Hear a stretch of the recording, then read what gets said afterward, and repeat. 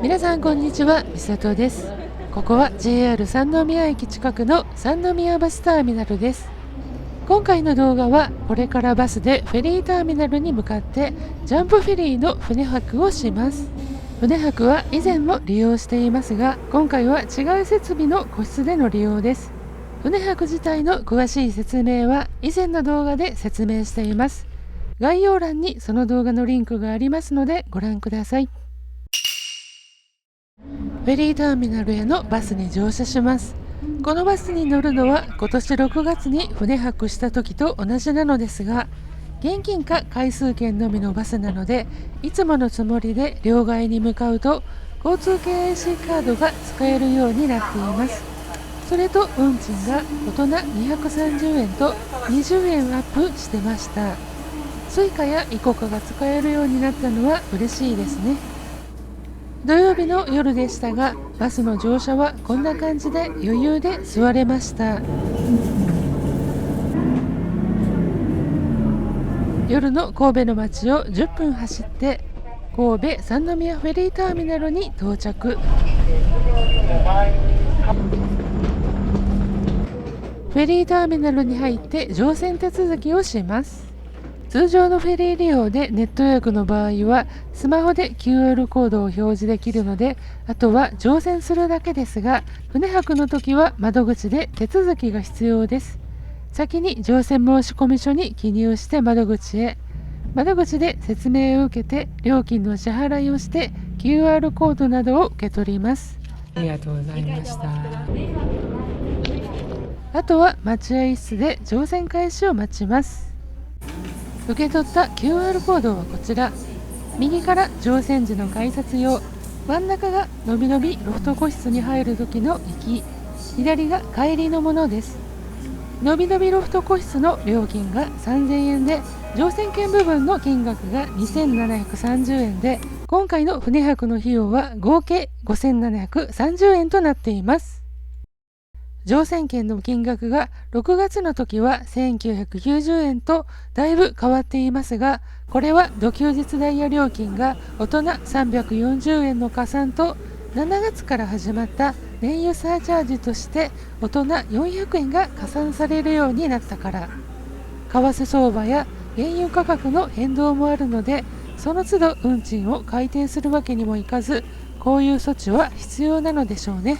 ちなみに7月から深夜料金と土休日ダイヤ料金が少し安くなっています。深夜料金は船泊にはかかりませんが、ご参考まで。18時45分に葵が到着。平日ダイヤだと折り返し19時45分発ですが、土休日ダイヤの今夜は19時20分に出発です。だいたい出港10分前ぐらいに乗船開始となります。フェリーにつながる橋を渡って QR コードで乗船改札を済ませます。葵に乗船してエレベーターでのびのびロフト個室のある2階へ。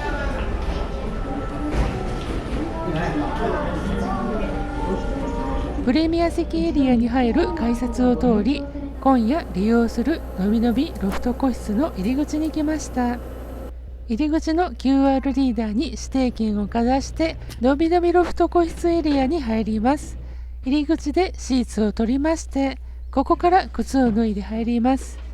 キャスターリュックを引きずらないように持ち上げて歩きます。ここが私の今夜ののびのびロフト個室です。入り口にあるのが靴やスーツケースを置くトレイです。ここで部屋の説明です。入り口に照明のスイッチ、隣は床暖房のスイッチですが、この時は10月で使っていません。冷房は天井のここから出ます。温度の調節はできません。吹き出し口の開け閉めで調節するタイプ。シーツの説明が書いています。掃除機があってハンガーが2個。上段のベッドです。ここはマットレスになっています。上に見えるオレンジ色のものが救命胴衣ですね。下段にも救命胴衣があります。ここを含めて室内は畳敷きになっています。コンセントが2個あって、こちらは下段の照明。ここにもコンセントがありますね。下段に3箇所のコンセントがありました。上段にも同じようにコンセントは3箇所と照明があります。個室の引き戸ですが閉めてロックできます。ただ内側からしかかけられない鍵です。のびのびロフト個室のエリアに入るのに QR コードが必要なので、利用者の方しかこのエリアには入れませんが、貴重品は持ち歩いた方が無難ですね。この後は食事に出かけました。うどんコーナーの券売機です。今回は山地のエビ天うどんにしました。発見してテーブルに座って待ちます。うどんを待っている間に見たジャンボフィリーのうどんのこだわり。うどんの出汁は香川県観音寺市の沖にある伊吹島産のいりこを使っているそうです。そのうち番号が呼ばれて取りに行きます。ということで山地のエビ天うどんです。エビ天とありますが、ご覧の通りエビが入った揚げかまぼこです。高知県産生姜入りということで、食べているうちに生姜を感じて体が熱くなってきました。こうしてエビ天うどんを完食。ごちそうさまでした。食後にデッキに出てみようと上の階に行ってみます。こちらが以前船泊で利用したのびのびバルコニー個室です。デッキは夜は天候により開いていないこともあります。外に出れたものの小雨が降っていて、外に出るのは諦めました。ですが葵の設備で以前と変わった場所があるので、そちらに行ってみました。4階から向かいます。ここから外に出ると小雨はマシな感じでした。さらにデッキの階段を上ると空のテラスという展望デッキです。最近の改装で手すりの部分がガラス張りのシースルーになって、さらに開放的になったそうです。こうして夜見るとイルミネーションできらびやかになっていますね。こちらはゲームコーナーのカプセルトイです。空になっているところは以前は神戸フェリーバスの回数券が200円で売っていた名残ですね。バスの運賃が値上げに伴い使えなくなったのでしょう。ロフト個室に戻りまして、ちなみにスリッパは持参したものです。先ほど入り口から持ってきたシーツを引きます。敷くとこんな感じ。また個室から出まして、20時20分ごろ明石海峡大橋下を通過。ここは2階の風のテラスというデッキです。他に誰もおらず静かに眺めました。その後はのびのびロフト個室の向かいにある雲の湯で入浴。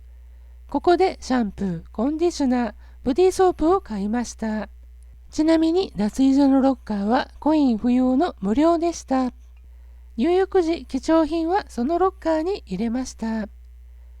お風呂で気持ちよくさっぱりした後、足湯にも入りました。ブルーでライトアップされていてこんな雰囲気です。この向こうは海です。下も海です。足だけ湯に浸かってもある程度は疲れは癒せそうですね。個室に戻って時刻は22時20分。あと20分ほどで小豆島に着きます。小豆島と高松発着時に放送が流れます。耳栓はあった方がいいですね。今日は一日 JR 西日本 QR2 デーパスで旅をしまして、明日もいろいろ回ります。ということでそろそろ寝ます。おやすみなさい。真っ暗になるので下段の照明はつけたままで寝ました。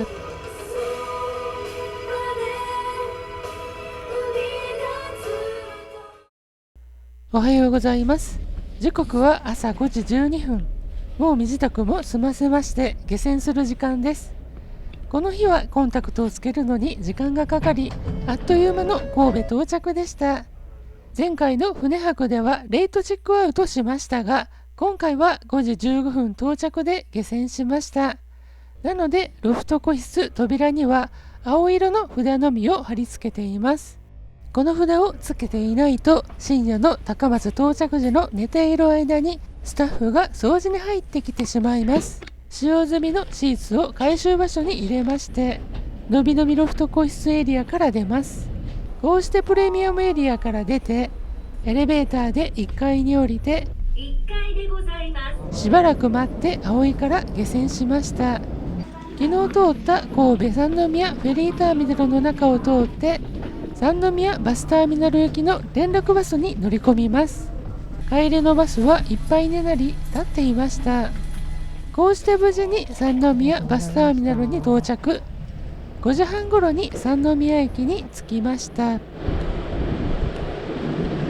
のびのびロフト個室を利用した船泊でしたが、感想は1人の利用なら十分なスペース、2人までならゆとりを持って過ごせますが、大人3人になると大きな荷物を置くスペースに苦労しそうです。夜寝るのではなく、日中の乗船なら大人3人でも問題ないと思いますが、一応大きな荷物はシーツが置いてあった付近に置くようにとなっています。葵はどの設備も布団や毛布はありませんが、ロフト個室にはシーツがあったのが意外でした。必要に応じて各自で枕やジャージ、寝袋やスリッパ、耳栓を持参すると快適に過ごせそうです。